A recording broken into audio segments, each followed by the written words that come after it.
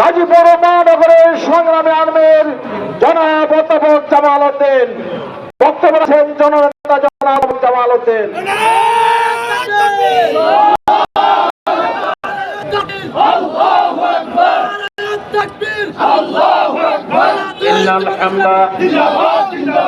إن الحمد لله والصلاة والسلام على رسول الله وآله وصحبه أجمعين।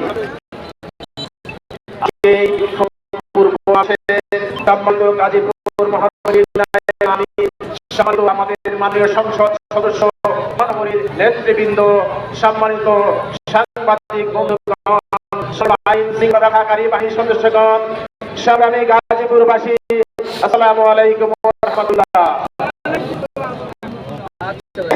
প্রিয় ভাই এবং বন্ধুগণ, একটা নতুন সরকার গঠিত হয়েছে, সংসদ বসেছে। অল্প দিনের মধ্যে জামাত ইসলামীকে রাজপথে আন্দোলন করতে হবে।